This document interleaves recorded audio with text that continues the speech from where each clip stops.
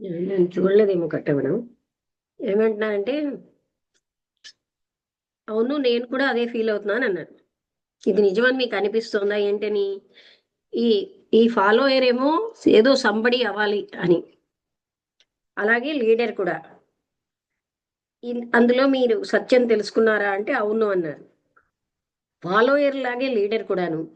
వాళ్ళకి వాళ్ళల్లో వాళ్ళు అసంపూర్ణంగా శూన్యంగా ఉండడం బట్టి ఆ శూన్యాన్ని నింపుకోవడానికి ఒక రకమైనటువంటి పొజిషన్, ఇది నాది అనిపించి పవర్, పొజిషన్, అలాగే జ్ఞానం, వాళ్ళ ఆదర్శాలు, తృప్తికరమైన ఆదర్శాలు మొదలైనవి తీసుకుంటారు.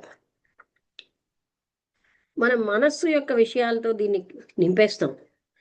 ఇలాగ నింపడం అనే ఈ పద్ధతి ఎస్కేపింగ్ అవడం కాన్షియస్గా కానీ ఇంకోలా కానీ అది సెల్ఫ్ యొక్క పని, నెట్. అదే ఆ ఇగో, నేను. ఏ ఎంటిటీ అయితే identified itself with an ideology, ఒక ఐడియాలజీ నేను, సంఘ సంస్కరణ, రిఫార్మ్, అలాగే ఒక రకమైన యాక్షన్, ప్యాటర్న్ ఆఫ్ యాక్షన్తో ఐడెంటిఫై అవుతాం.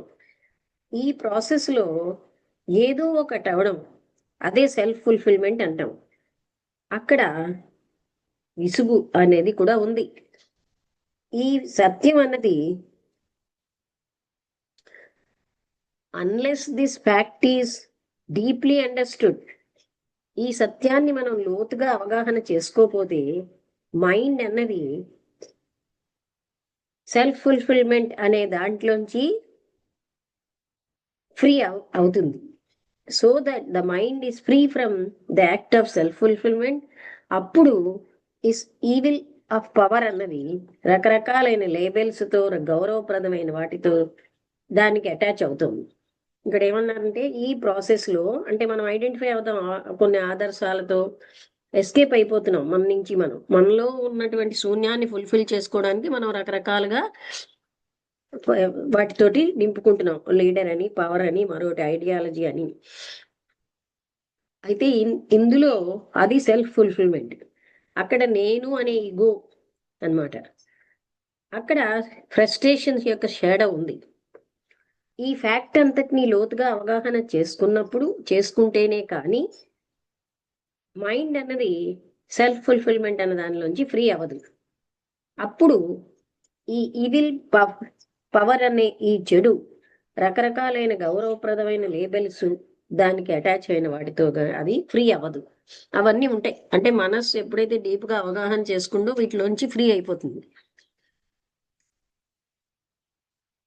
When you your self refused many years ago to continue, ఇక్కడికి మనం ఇంకా 2 పేజీలు ఉందండి, ఇక్కడికి ఆపుదాం.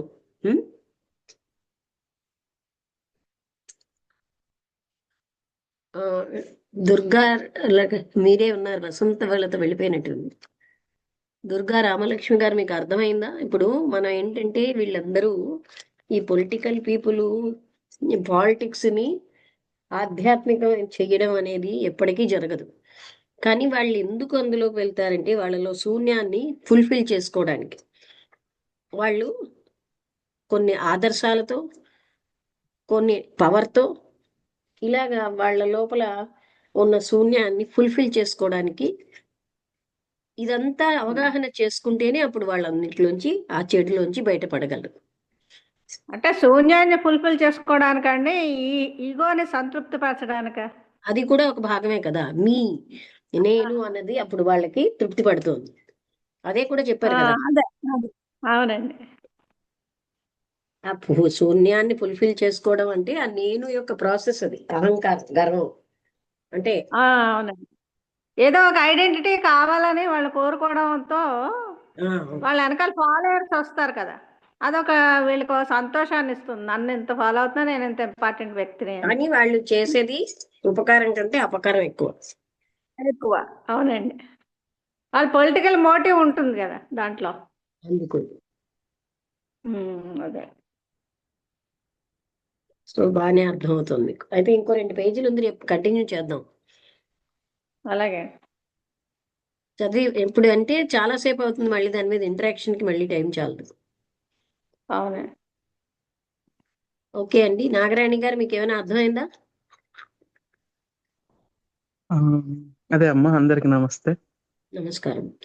అదే అమ్మా, అంటే ఏదో మీరు అంటే ఇక్కడ చెప్పినట్టుగా అంతే, ఆ సెల్ఫ్ సాటిస్ఫై అవడం కొరకే అన్ని ఏమేమో చేస్తున్నారు తప్ప అది ఎందుకు మనకు ఆ,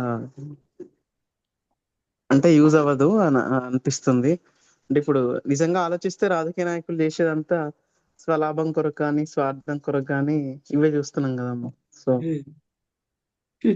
మహర్షులు అంటే ఆధ్యాత్మిక రంగం నుంచి పొలిటికల్ రంగంలో ప్రవేశించి మోక్షం తెస్తాం అంటారు. ఉమ్, అది సాధ్యమా? ఉమ్, వాళ్ళు పవర్ అదే కోసం అదే, అలా చేస్తున్నారు అనే పాయింట్ మనం అర్థం చేసుకుంటున్నాం కదా. అవునమ్మా, అవును. అంటే సెయింట్లీ పీపుల్ స్పిరిచువలైజ్ చేయగలరా పాలిటిక్స్ ని ఎప్పుడైనా? అదే అదే పాలిటిక్స్ చెయ్యలేరు. కాకపోతే ఇప్పుడు అంతా అట్లనే చేస్తుండ్రు కదమ్మా. అంటే ఆ అంటే లైక్ గ్రూప్స్ క్రియేట్ అవ్వడము, ఇంకోటి ఇంకోటి చేయడము, ఇదంతా ఆ అట్లనే చేస్తున్నారు ప్రస్తుతానికైతే. అందరిని వాళ్ళ అందరూ నమ్మడము, అంటే ఏదో మనకు ఈ గురువు అండ ఉంది అని గురువు పేరుతో సెక్యూరిటీ మనం కూడా భద్రతగా ఫీల్ అవ్వడము, ఇదంతా అందరూ ఇదే నడుస్తుంది కదా ఇప్పుడు. అది అంటే అది ఎప్పటికీ స్పిరిచువలైజ్ అవ్వదు పాలిటిక్స్. అవ్వదు. ఉమ్. అక్కడ స్వార్థం ఉన్న దగ్గర మరి అక్కడ ఎక్కడ ఎలా ఇక అవుతుంది? అంటే వాళ్ళ స్వలాభం కొరకే ఉంటది తప్ప అది ధర్మ మార్గం కూడా అవదేమో. ఉమ్. అంటే అది ఉండదు. ఎవరికి వాళ్ళు తెలుసుకోవాలి, అంటే ఎట్లా అనేది. తెలుసు వాళ్ళ ప్రాముఖ్యత పవరు పెరుగుతాయి కదా. అదే అదే, అంటే వెళ్ళే వాళ్ళమ్మా, ఇప్పుడు వాళ్ళ దగ్గరికి వెళ్ళే వాళ్ళు కూడా అర్థం చేసుకోవాలి ఏంది పరిస్థితి, మరి ఎందుకు ఇట్లా జరుగుతుంది ఉమ్, ఏంటి అనేది చెప్పి ఆలోచిస్తే మనకు కూడా ఆన్సర్ వస్తుంది. ఇంకా లేదు అనేది బ్లైండ్ గా అందరు వెళ్తుండ్రు కదా, నాకు ఈ కోరికలు తీరుతున్నాయి కదా, ఇది భద్రతా భావం అభద్రతా భావం అని ఏమంటారో కానీ అన్నట్లా మూడేసుకొని అప్పటి సెల్ఫ్ అప్పటి మందం మనకి ఇష్యూస్ సాల్వ్ అవుతున్నాయా, అది జరిగేది ఎట్లయినా జరుగుతూనే ఉంటది కానీ దాని వల్లనే అవుతుందేమో అనే ఒక దీంతోని కంటిన్యూ చేయడము, అట్లా చాలా జరుగుతున్నాయి వాళ్ళ అట్లా స్వార్థంతో ఎమోషన్స్. వాళ్ళకేమో పవర్ కావాలని, పాపులారిటీ కావాలని అలాగ వాళ్ళు చేస్తున్నారు తప్ప ఇది అవగాహన చేసుకుంటే అందులోంచి బయటపడతాం. అందులోంచి బయటపడతాం. కరెక్ట్. శివగారు మీకు అర్థమైందా?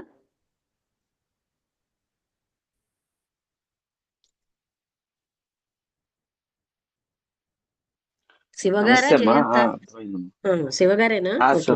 శివారమ్మా. నమస్తే అమ్మా. నమస్తే అండి. అంటే అర్థమైంది కదా. అర్థమైందమ్మా. సెయింట్రీ పీపుల్ మహర్షులు అర్థమైందమ్మా. పాలిటిక్స్ లోకి రావడం వల్ల అవును. మంచి కంటే చెడ్డ చేస్తున్నారు. అవునమ్మా, అవునమ్మా. అందుకే కరెక్ట్ అమ్మా. పాలిటిక్స్ ఎప్పుడు కూడా స్పిరిచువలైజ్ అవ్వవు.